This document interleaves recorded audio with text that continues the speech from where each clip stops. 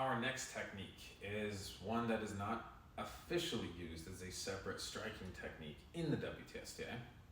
So I want to teach it to you because we're going to be using this on Hapkido. We're going to be using this in joint locking.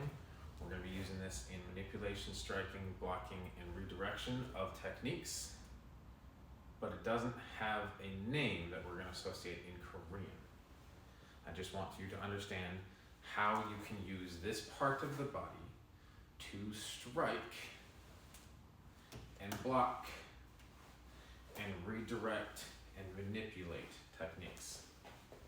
Okay, so this is essentially called the back of the wrist, or a bent wrist is often how it's referred to. In order to create this technique, I want you to think of an open hand. Instead of rolling to a fist, we want to bring all of the fingers together as we try to bring this pinpoint position towards the wrist. You're not going to make contact, that's fine, but you are creating a hook. This is another hooking concept we can use. It also creates a position where the back of your wrist, your hand, is actually being exposed, which means now the head of the ulna, the big bone right here at the head of this bone, is now a striking point. It can take hits, but again, always apply pressure to a point of the body that the body can withstand. Do not increase just because you can do the technique efficiently if the body cannot take that level of impact. Be aware of it. That's why these are advanced level techniques. This is a great technique for blocking up, blocking to the side, redirecting hand techniques, or even starting to create locks in the Hapkido joint locking Chana world.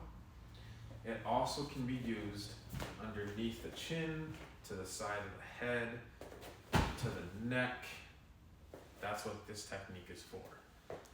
Often it's used as a blocking technique in order to strike in for another technique. We are not going to strike full power concept into there. You will blow your wrist, break your wrist. That would be a bad idea. So limit this technique to only applications that are needed. But again, this is a good technique. I do want you to learn how to say it in Korean. So in Korean, the back of the wrist is going to be called the Sohn Doong Mok. Sohn Doong Mok is the back of the wrist, back of the hand position. It's not the name of the technique.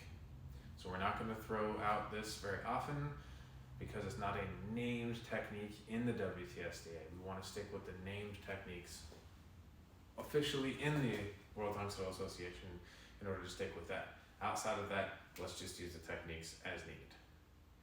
So practice this technique in the Hapkido class, in your Hapkido techniques, in your Chana techniques, and in blocking for the WTSDA. But we do not want to strike heavily with this. This is a redirecting technique, a blocking technique, a moving technique. If you have any questions, come see me or an instructor. Tang Soo.